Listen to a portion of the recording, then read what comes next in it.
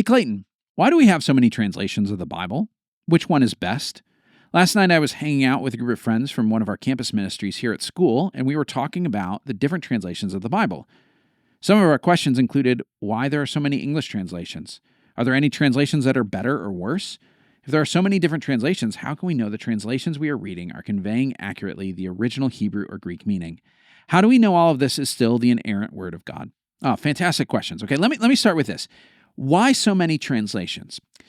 There are a few different reasons why we have so many English translations. One of those is there is no perfect way to translate from one language to another. If you find two people who both speak the same two languages, so someone who speaks both English and Spanish, and you ask them, translate this Spanish phrase into English, they are very likely to say two different things in English and both be right, because there are multiple ways to translate the same Spanish phrase into English. And if you know two languages, you know that this is the case. Another reason we have multiple translations is that language changes over time, so you need to update your translations. You need to do new ones. This is just a natural part of language. There's no stopping it. Any living language is going to evolve, and certain words are going to change meaning. Certain words are going to fall out of fashion. New words are going to come in. Modern translators, they actually use computers and statistics to analyze modern publishing, modern newspapers to say, how do people actually use certain words today when they're making choices about translating the Bible? A few examples. Okay, so from the King James Version. The King James Version was an English version that was published in the 1600s and very widespread use, very popular. And some of the words in those, a lot of those words have changed or fallen out of use. You can actually find lists of these if you go online. You can look up archaic words from the King James Version. But let me share a few of them that are in the King James that don't mean what they mean anymore in our language. So the word quick. In our modern use of the word quick, it means speedy, right? In the King James, it meant living. So if you've ever heard the phrase in the Apostles' Creed, he will come to judge the quick and the dead, we now say he will come to judge the living and the dead. Or the word purloin. Purloin means to steal. Or the word wimple, okay? Except in a few rare occasions, if you know a nun, you don't know the word wimple. It just means kind of a shawl that you put over your head. Or victuals, meaning food. Or how about this? The word target in the King James doesn't mean kind of the bullseye thing that you see at the store in red. Target means a shield. Or how about this? A muffler. A muffler today is a part of a car. In those days, it meant a veil or a scarf around someone. The word leasing, okay? If you are leasing in the King James, you are giving a falsehood or lying. If you are leasing something today, you are renting something to someone, right? I don't think we mean that someone is lying when they're leasing, although you may have an argument with your landlord about that. The other reason there are multiple translations is there are actually different philosophies of how to translate something. To just break it down in the simplest terms, the two big philosophies of translation, one is called dynamic equivalence, which is a way of saying it's kind of phrase for phrase, idea for idea. The other is called formal equivalence, which means word for word. So the word for word folks, they try to say, I'm going to try, and if there's one word in Greek, I'm going to use the one word in English, and I'm going to use that same word as often as I can in every place that word shows up. The problem with this is that word for word is a literal impossibility. It is, if you've ever tried to do it, if you know two languages, you realize that there's no such thing as a word for word translation because languages aren't codes. You can't just drop in this sound for that sound and they fall in the same place. There's word order, there's structure. There are idioms that don't work in the same in both languages. There are simply untranslatable aspects of language, different tenses and aspects of the language that just don't translate from one to the other because one language might not have those things in their language. So there are just things that make word for word impossible, but people will try to get as close as they can, okay? But they'll still stumble over things like idioms, right? So, an idiom that I think is funny in the Bible is, if you want to talk about someone's compassion, their sense of compassion, the word in Greek that's used there is intestines. So if you talk about someone's compassion in the Bible, you're talking about their guts or their bowels, which doesn't make sense in English, right? Or another one is, if you want to say someone grew angry in the Bible, you say his nose grew hot. Or if you want to say someone is patient, they don't get angry quickly, you say their nose grew long because it takes longer for their nose to get hot. Okay. Or how about this one? In the Old Testament, there are several places where males, human men, are referred to with the idiom, he who pees against the wall. I'm not making that up. That is a Hebrew phrase in the Bible that is talking about men. It's an idiom, though, that in English, you're going to be like, I'm thinking about things that are unnecessary for this, okay? So we don't translate it that way. We just say males or men in that place. If you actually wanted to hear what a literal word-for-word translation of a Bible verse is, let me give you an example, okay? John 3:16. If you were going to do it word for word, it would sound like this.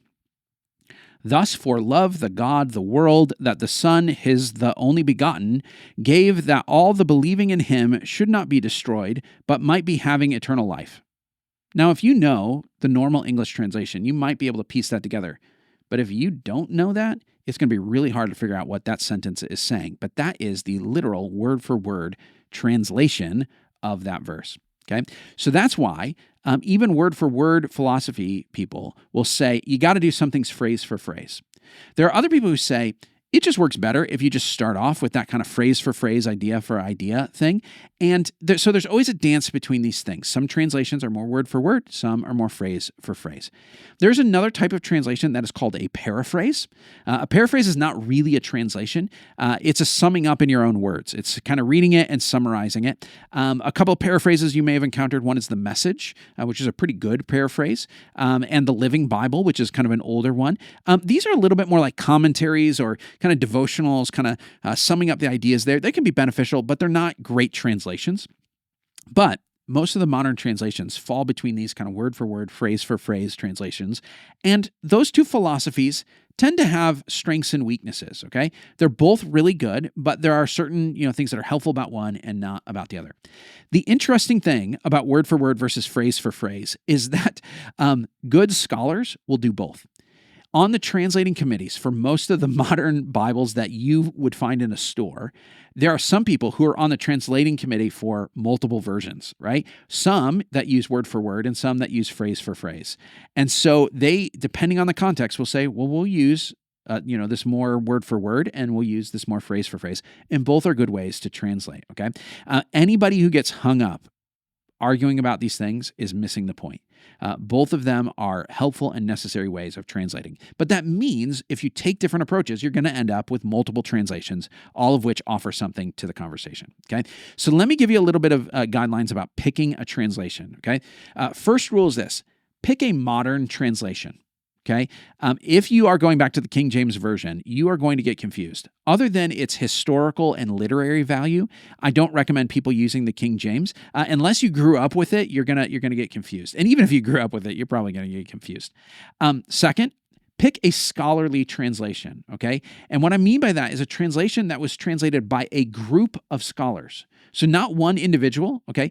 Modern translations are almost all translated by a group of people because they know that if you have a group, it makes it so that you don't have one person's kind of like blind spots sneaking in. You don't have one person's kind of human error sneaking in. You don't have their biases sneaking in. You've got people to check it and say, whoa, wait a minute. You're translating it that way, and you're kind of loading that with your own interpretation of this. There's a more neutral way to translate that. And so a group of good scholars, some of the best scholars in the world, are the people who do the translation on most of the modern ones. So I would recommend that. Third, pick the translation that your church uses. So most of the people who are here, you are part of Christ Community Church. We use the New International Version in our services, the NIV. And the reason we use that consistently is just so that people don't have to get confused. If you use an NIV, you hear us reading it, you hear us quoting it, it's going to sound the same in each place. And if you're in a community group or a Bible study with someone and you read from it, you're not confusing that person by they're like, oh, wait, I'm not following along because mine says something different. It's good for us to kind of all be on the same page, almost in a literal way, right, with that. Bible reading is a team sport, so if we can all kind of be using the same playbook, that's helpful. But probably the most important rule is this: pick a translation you'll read. If you're using a translation, you're saying, I just cannot make sense out of it, and a different translation helps you understand better, and you'll keep reading using the other translation, I'd rather you keep reading than use one that I'd say, well, I prefer this one, right? Here's the truth. All modern translations, the major modern translations, are very, very good, okay? Let me tell you the three best that are probably the most popular, okay? There's one called the English Standard Version, or the ESV. There is the New International Version, or the NIV. There is the New Living Translation, the NLT. Those are the three most popular and best translations. Now, the ESV is a little bit more on the word-for-word side. The NLT is a little bit more idea for idea. The NIV is in between. It's kind of a blend of both, and that's the one we use at Christ Community Church because of that. It's a little bit more readable, like an idea for idea one, but it's got some of that precision that you get from the more word for word ones, and it's pretty good. So none of those translations are bad, but the one we use around here and the one you're going to hear on the Bible Savvy podcast is the NIV. Thanks for listening. If you've got your own questions, email questions@BibleSavvy.com. Like and subscribe to catch our regular episodes every Monday on the Bible Savvy podcast.